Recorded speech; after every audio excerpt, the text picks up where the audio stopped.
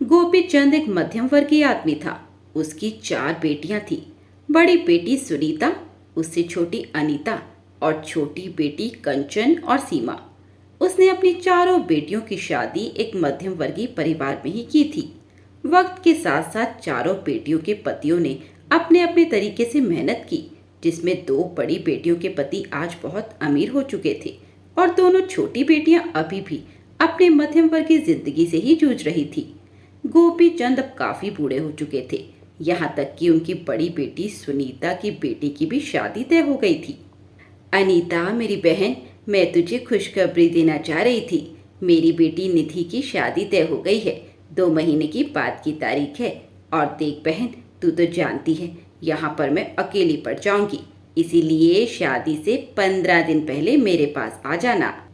बहुत बहुत मुबारक हो, बहुत बहुत मुबारक। अरे हाँ हाँ, तू फिक्र मत कर। मेरी भांजी की शादी है, मैं 15 दिन क्या 1 महीना पहले आ जाऊंगी। अच्छा सुन, कंचन और सीमा को बता दिया? यह सुनते ही सुनीता का तो मुंह ही उतर जाता है।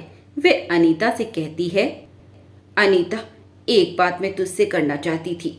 कंचन और सीमा के हालात तो तुझे पता ही हैं, और निधि की शादी हमने एक बहुत बड़े परिवार में तय की है।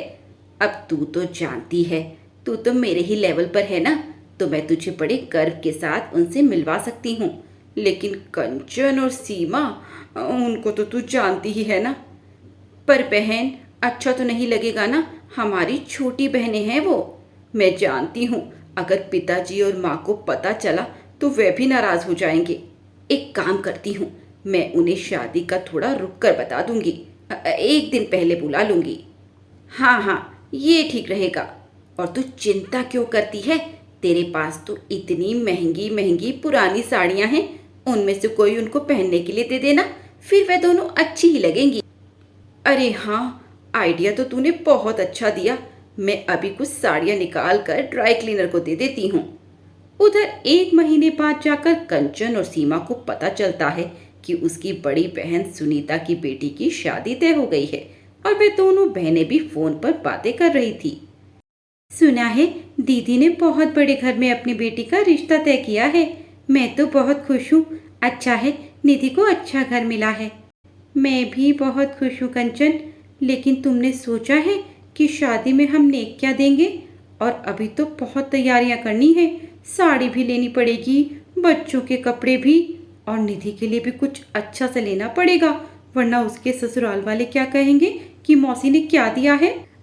अच्छा सीमा, पहले ये बता, तेरा बजट कितना है? मैं अपना बता देती हूँ। फिर ऐसा करते हैं, दोनों बहनें मिलकर कोई अच्छा सा गिफ्ट दे देते हैं। इस तरह गिफ्ट भी महंगा हो जाएगा और अच्छा भी लगेगा।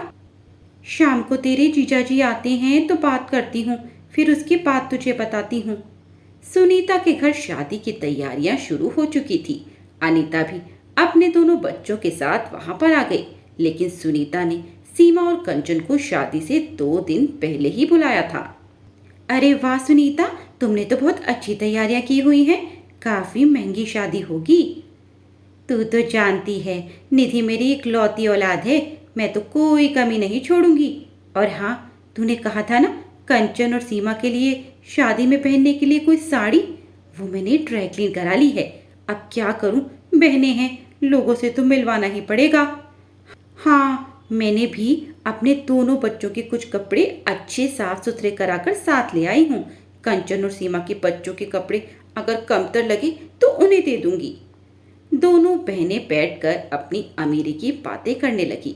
देखते ही देखते 1 महीना बीत गया। शादी से 2 दिन पहले सीमा और कंचन की अपने बच्चों के साथ सुनीता के घर आती हैं। घर में शादी का मेला लगा हुआ था। अनीता को अपने से पहले आया देख दोनों बहनें बहुत खुश हो जाती हैं और जाकर उसके गले लग जाती हैं। अरे अनीता दीदी, आप कब आई? सीमा के अचानक पूछने पर अनीता के मुंह से निकल जाता है कि उसे आए हुए तो 1 महीना हो चुका है। ये सुनकर कंचन और सीमा एक दूसरे की तरफ देखने लगती हैं। अरे तुम दोनों बुरा मत मान जाना, ऐसा था सुनीता अकेली पड़ गई थी, इसीलिए मैंने सोचा मैं तो बहन हूँ, जा सकती हूँ। हाँ हाँ, क्यों नहीं दीदी, हम भी आ सकते थे। कोई बात नहीं, आप आई तो जरूर दीदी की बहुत मदद हो गई होगी। सुनीता नौकर के हाथ दोनों बहनों के लिए चाय भिजवा देती है। और बताओ, तुम दोनों की सारी तैयारियां हो चुकी हैं शादी की? हाँ हाँ, बिल्कुल हो चुकी हैं। हमारी भांजी की शादी है, भला कोई कसर कैसे छोड़ सकते थे। कंचन और सीमा का पहनावा बिल्कुल साधारण था। बच्चों ने भी बिल्कुल साधारण से ही कपड़े पहने हुए थे। अभी वे लोग चाय पानी पी ही रहे थे कि तभी निधि के ससुराल से कुछ लोग आते हैं। ये बात सुनीता को पता चलती है तो वह भागकर सीमा और कंचन के पास आती है। अरे, तुम दोनों थक गई होगी, मैंने तुम दोनों के लिए ऊपर का कमरा तैयार करवा दिया है। जाओ, तुम लोग वहां पर आराम कर लो। अभी कुछ मेहमान आए हुए हैं, जरा मैं उन्हें देख लेती हूँ। कंचन और सीमा बच्चों के साथ ऊपर चली जाती हैं। सुनीता अनीता से कहती है कि निधि के ससुराल वाले आए हैं। वे दोनों बातें कर ही रही थी कि तभी सीमा किसी काम से नीचे आती है और पर्दे के पीछे छुपकर अनीता और सुनीता की बातें सुन लेती है। ये निधि के ससुराल वाले भी अचानक से आ गए। सीमा और कंचन से कैसे मिलवाती? कितने साधारण से कपड़े पहनकर आई हैं, कितनी गरीब लग रही हैं। ओहो, तो क्या जरूरत है मिलवाने की? मैं हूं तो। अभी किसी तरह मेहमानों को भेज देते हैं। उसके बाद मेरी बात सुन, जो तूने साड़ियाँ ड्राई क्लीन करवाई थी ना, निकाल कर ला। सीमा और कंचन को दे देते हैं, वे पहनकर कुछ अच्छी तो लगेंगी और मैं बच्चों के कपड़े दे देती हूँ। अनीता, मैं तो काम में बिजी हूँ, ये काम तू ही देख ले। जाकर अलमारी से साड़ियाँ निकाल ले। सीमा के पैरों तले जमीन निकल जाती है। वह अपनी दोनों बहनों की बातें सुनकर एकदम से हैरान थी। वे उदास होकर ऊपर जाती है और कंचन के कान में जाकर सारी बात बता देती है। ये सुनकर कंचन को भी बहुत बुरा लगता है। उसकी आंखों में आंसू आ जाते हैं। फिर बहुत हिम्मत से अपने आंसू पोंछकर वह सीमा से कहती है, सफर लंबा था, इतनी भारी साड़ी नहीं पहनी जाती। तुम भी जानती हो ना, माना कि गरीब हैं, लेकिन हाथ जमीन पर नहीं टिके हुए। मन छोटा मत करो, अमीरी होती ही ऐसी है, सर पर चढ़ जाती है, फिर सामने वाला बहुत छोटा लगने लगता है, उसकी ज़रूरतें भी छोटी लगने लगती हैं। अगर मुझे ऐसा पता होता तो मैं अपनी भारी साड़ी पहन कर आती, पर कोई बात नहीं। चलो, हम लोग तैयार हो जाते हैं, कम से कम उनके आने से पहले जो अपनी पहनी हुई साड़ियाँ देने आए। कंचन को सीमा की बात सही लगती है। वे दोनों बहनें जल्दी से तैयार हो जाती हैं और बच्चों को भी सुंदर कपड़े पहना देती हैं। अनीता बड़े बड़े बैग लेकर ऊपर आती है तो सीमा और कंचन को सुंदर कपड़ों में देखकर हैरान रह जाती है। अरे, तुम दोनों तो बहुत अच्छी लग रही हो। हाँ दीदी, सफर लंबा था, इसीलिए हल्के कपड़े पहने हुए थे। अब शादी का घर है तो यहाँ के हिसाब से ही पहने हैं। आखिर हमारी बहनें इतनी अमीर हैं, हमें उनकी इज्जत तो रखनी पड़ेगी। कंचन का इस तरह बोलना अनीता को लग जाता है। वह समझ जाती है कि लगता है दोनों ने उनकी बातें सुन ली। खिसियानी बिल्ली की तरह वापस उस बैग को लेकर वापस आ जाती है और जाकर सुनीता को बता देती है।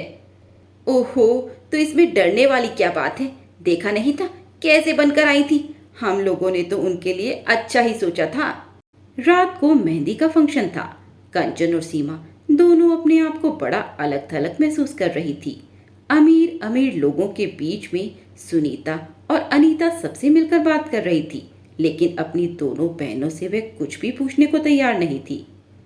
देख रही हो सीमा, अमीरी गरीबी का फर्क, ये एक ऐसा फासला है जो रिश्तों में दूरियां बढ़ा देता है। कोई कह सकता है कि हम अनीता और सुनीता की सगी बहनें हैं? हमें तो ऐसा लग रहा है जैसे बेगानी शादी में अब्दुल्ला दीवाना। सब लोगों से बार बार खाने पीने के लिए पूछा जा रहा है और हमसे अभी तक एक बार भी खाने के लिए नहीं बोला। देख रही हूँ कंचन, सब देख रही हूँ। मेरी बात मान, हम लोग सुबह ही यहाँ से चलते हैं। अमीरों की शादी में हमारा यहाँ क्या काम? भांजी को जो देने आए थे वे देकर चलते बनते हैं, और साथ में आशीर्वाद भी। दोनों बहनें बहुत दुखी थी, लेकिन अनीता सुनीता ने इस तरफ ध्यान ही नहीं दिया। अगले दिन सुबह की बात है। सुनीता दीदी, हम लोग कल से आए हुए हैं, लेकिन आपने एक बार भी हमारे साथ बैठकर बात नहीं की। माना कि शादी का घर है, लेकिन बाकी सबको तो आप पूरा टाइम दे रही हैं। हाँ हाँ, हम लोग गरीब हैं, लेकिन आप ये क्यों भूल गई कि हम आपकी सगी बहनें हैं। हम जानते थे दीदी हम कहाँ आ रहे हैं। उसी के हिसाब से हमने तैयारी भी की थी। तभी निधि वहां आ जाती है। अरे सीमा मौसी, कंचन मौसी, ये सामान यहाँ क्यों रखा है? आप लोग जा रहे हो? पर मेरी शादी तो आज है। जानती हूँ बिटिया, तेरी शादी आज है। अच्छा चल इधर आ, देख तेरी ये दोनों मौसियाँ तेरे लिए क्या गिफ्ट लेकर आई थी। हाँ हाँ मौसी, बताओ ना क्या लाई हो। फिर कंचन अपने बैग से एक सुंदर सा डिब्बा निकालती है और जब उसे खोलती है तो अनीता और सुनीता की आंखें फटी की फटी रह जाती हैं। सीमा और कंचन ने अपनी सेविंग से निधि के लिए हीरे का हार खरीदा था। हीरे का हार देखकर निधि खुशी से उछल जाती है और दोनों मौसियों के गले लग जाती है। क्या बात है मौसी, ये तो बहुत सुंदर है। सचमुच आप दोनों ने तो सबसे बेस्ट गिफ्ट दिया है। अनीता सुनीता एक दूसरे का चेहरा देख रही थी। शर्म के मारे उनकी गर्दन झुक गई थी। अब दोनों सीमा और कंचन से माफी मांग रही थी, लेकिन दोनों बहनों ने अपने स्वाभिमान को ऊपर रखा और शादी को बीच में ही छोड़कर घर वापस चली गई। जब निधि को यह पूरा मामला पता चला तो वह भी अपनी माँ और मौसी पर भड़क गई। मम्मी, मौसी, मुझे आप लोगों से ऐसी उम्मीद नहीं थी। मेरे लिए तो आप सब एक जैसी ही हो। अच्छा हुआ दोनों मौसी आप लोगों को सबक सिखाकर चली गई। अब आपको भी पता चले कि अमीरी गरीबी से ज्यादा बड़े रिश्ते होते हैं जिनमें प्यार होना चाहिए। भगवान न करे कल को अगर मेरे ससुराल वाले गरीब हो गए तो क्या माँ तुम मुझे घर पर नहीं आने दोगी? ये सुनकर सुनीता रोने लगती है और अपनी बेटी से माफी मांगती है। शादी होने के बाद अनीता सुनीता दोनों कंचन और सीमा के घर जाकर उनसे माफी मांगती हैं। कंचन और सीमा भी बड़प्पन दिखाते हुए अपनी बहनों को माफ कर देती हैं। सुरेश अभी अभी घर पहुंचा था। उसकी माँ उर्मिला हॉस्पिटल में एडमिट थी। कल रात अचानक ही उर्मिला के सीने में बहुत तेज दर्द उठा। सुरेश अपनी माँ को हॉस्पिटल लेकर गया और डॉक्टर ने कहा कि इनको हार्ट अटैक आया है। कई दिनों तक इन्हें हॉस्पिटल में रहना होगा। सुरेश के साथ उसकी पड़ोसन, जो कि उर्मिला की अच्छी दोस्त भी थी, शांति भी आई हुई थी। घबरा मत सुरेश, तेरी माँ को कुछ नहीं होगा बेटा। देखो ना मौसी, माँ के साथ क्या हो गया। सारी जिंदगी इतने दुख और गरीबी में निकाला है। अभी तो मैंने इनको कोई सुख भी नहीं दिया। कैसी बातें कर रहे हो बेटा, अभी तो पूरी उम्र पड़ी है। अब देखना उर्मिला के सुख के दिन शुरू हो जाएंगे। अब तो तू कमाने लगा है। तभी वहां पर नर्स आती है और आप मरीज के साथ हो, एक काम करो, मरीज ने जो कड़ा पहना हुआ है उसे उतार लो, हमें इंजेक्शन लगाने हैं। ठीक है, मैं अभी उतार लेती हूँ। उर्मिला के हाथ का वो कंगन शांति को बेहद पसंद था, पर आज उसे मौका मिल गया कि वो उस कंगन को अपने पास रख ले। उर्मिला का ये कंगन मुझे बहुत पसंद है। आज आखिर ये कंगन मुझे मिल ही गया। जब उर्मिला ठीक होकर घर जाएगी और अपने कंगन के बारे में पूछेगी तो कह दूंगी कि हॉस्पिटल में गुम हो गया। फिर वो भी सुरेश के साथ घर आ जाती है। सुरेश अभी बैठा हुआ सोच ही रहा था कि वो कैसे इतने दिन तक घर और हॉस्पिटल में माँ को संभालेगा। तभी शांति भागे भागे आती है। अरे मौसी, क्या हुआ? कुछ हुआ है क्या? तुम इस तरह भागकर क्यों आई हो? ये कंगन ले बेटा, उर्मिला का कंगन है। मुझे नहीं पता था कि ये कंगन इतना कुछ कर सकता है। मैं तो बाल बाल बची हूँ मरने से। मौसी, ये तुम कैसी बातें कर रही हो? भला इस कंगन से तुम कैसे मर सकती थी? बस इतना अनजान बनने की जरूरत नहीं है। तुझे और तेरी माँ को पता था कि ये कंगन जादुई है। मैंने तो ऐसे ही नर्स के कहने पर ये कंगन उर्मिला के हाथ से उतार लिया था, और जैसे ही मैंने इसे पहनने की कोशिश की, देखो इसने मेरे हाथ का क्या हाल किया है। सारा हाथ मोड़कर लाल कर दिया। ऐसा कहकर शांति वहां से चली जाती है। सुरेश उस कंगन को ध्यान से देखता है। वो कंगन सुरेश ही अपनी माँ के लिए लेकर आया था उसे याद आता है कि गांव में मेला लगा था और माँ ने उसे 20 रुपए दिए थे। 10 का ये कंगन वो माँ के लिए लेकर आया था, क्योंकि माँ के हाथ खाली थे। तब माँ ने उसे कहा था, अरे बेटा, दुकान वाले ने तुझे ठग लिया है। ये लाख का कंगन 10 रुपए का कहाँ से आने लगा? 2 का कंगन तुझे 10 में दे दिया, और मैंने तो तुझे पैसे खाने पीने के लिए दिए थे, और तूने ये कंगन खरीद लिया। छोड़ो ना माँ, मैं कितने प्यार से लेकर आया हूँ। तुम ये कंगन पहन लो, तुम्हारे खाली हाथ मुझे अच्छे नहीं लगते। उर्मिला खुशी खुशी वो कंगन पहन लेती है, और वो दिन और आज का दिन उर्मिला ने वो कंगन कभी नहीं उतारा। और अभी शांति उसके हाथ में ये कंगन ये कहकर दे गई कि ये तो जादुई है। वो कंगन में लगे हुए नगों को रगड़ने लगा कि तभी कंगन में से आवाज आई, वो औरत झूठ बोल रही थी। उसने, तुम्हें पता है, मुझे चोरी कर लिया था। कंगन को यूं अचानक से बोलता हुआ देख सुरेश घबरा जाता है। तुम जादुई कंगन हो? पर तुम तो इतने सालों से माँ के हाथ में थे। हमें तो पता ही नहीं चला कि तुम एक जादुई कंगन हो। हाँ, तुम ये कह सकते हो, क्योंकि तुम लोगों ने कभी मेरा इस्तेमाल करना ही नहीं चाहा। पर हम तुम्हारा इस्तेमाल कैसे करते? हमें तो पता ही नहीं था कि तुम एक जादुई कंगन हो। तुम्हें नहीं पता, लेकिन उर्मिला को तो मैंने कितनी बार आभास कराया कि मैं जादुई कंगन हूँ, लेकिन वो कभी समझ ही नहीं पाई। मैं तभी लोगों की मदद करता हूँ जब कोई मेरे से अपनी बात कहता है या मुझसे मदद मांगता है। अगर ऐसा है तो तुमने शांति मौसी की बात क्यों नहीं सुनी? अरे बाप रे बाप, तुम कितने सवाल करते हो। तुम्हें बताया तो वो मुझे चोरी करके लाई थी। मैं ऐसे इंसान के पास तो कभी नहीं रहता। तुम बताओ, तुम्हें क्या चाहिए? तुम तो हर समय माँ के हाथों में रहते थे। क्या तुम्हें नहीं पता कि मेरी माँ कितनी बीमार है और मुझे कितनी चिंता है कि मैं हॉस्पिटल के इतने सारे खर्चे कैसे उठाऊंगा?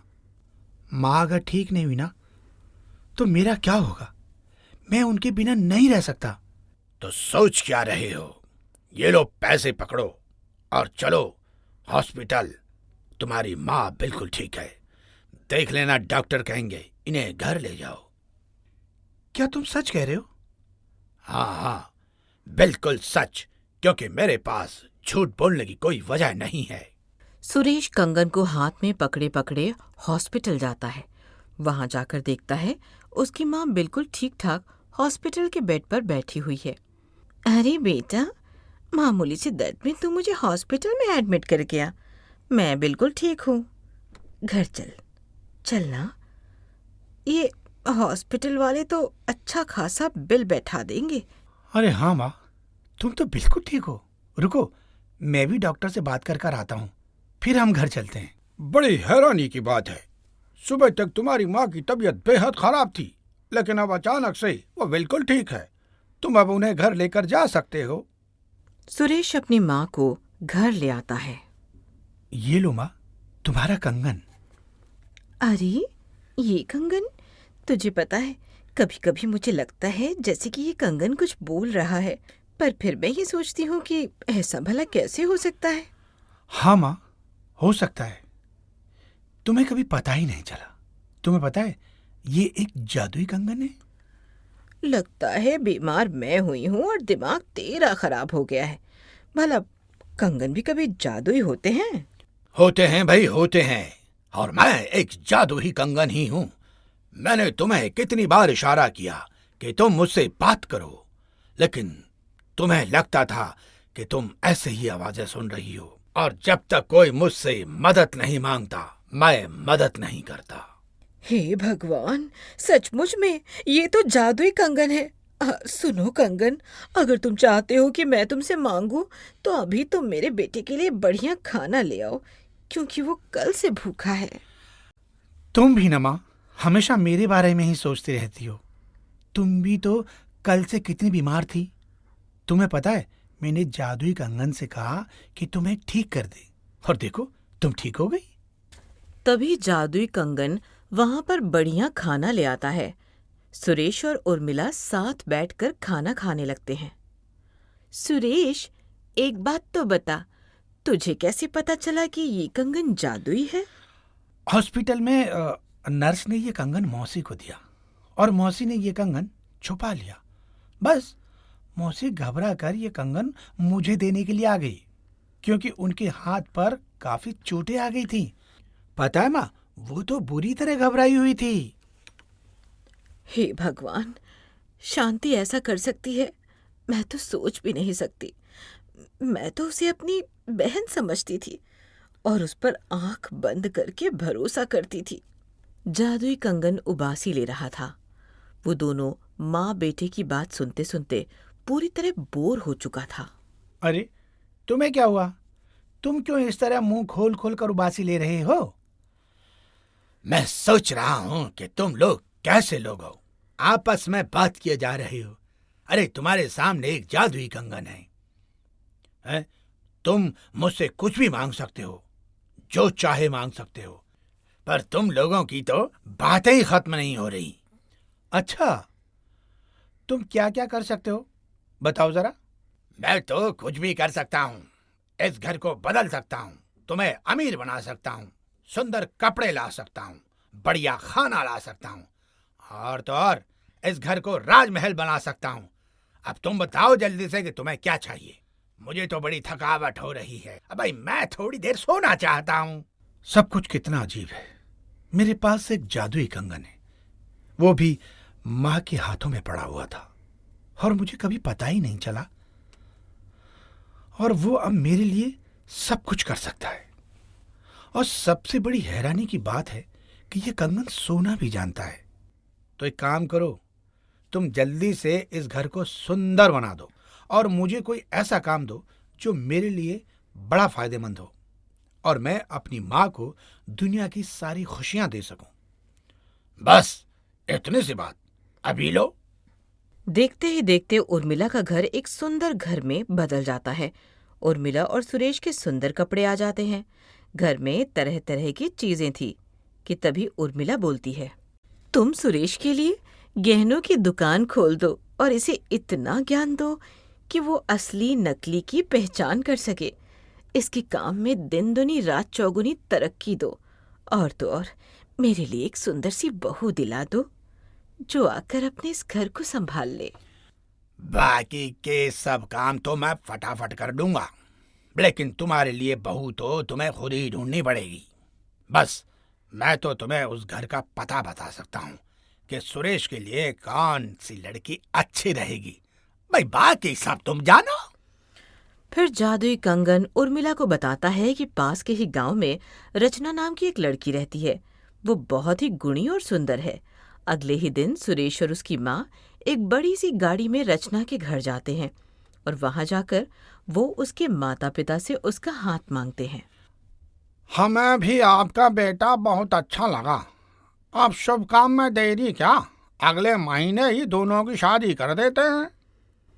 तभी सुरेश की माँ अपनी बहू को जड़ाऊ कंगन उपहार में देती है और अगले महीने ही सुरेश और रचना की शादी धूमधाम से हो जाती है। सुरेश अपनी माँ के जादुई कंगन की सहायता से बहुत जल्दी अमीर हो जाता है, लेकिन वो गरीबों के लिए भी बहुत से काम करता है। यहाँ तक कि वो एक बड़ा अनाथ आश्रम भी खोल लेता है, जिसमें वो बच्चों को हर तरह की सुख सुविधाएं देता है और उसका सारा काम रचना संभालती है। और उसके बाद वो लोग सब खुशी खुशी रहते हैं।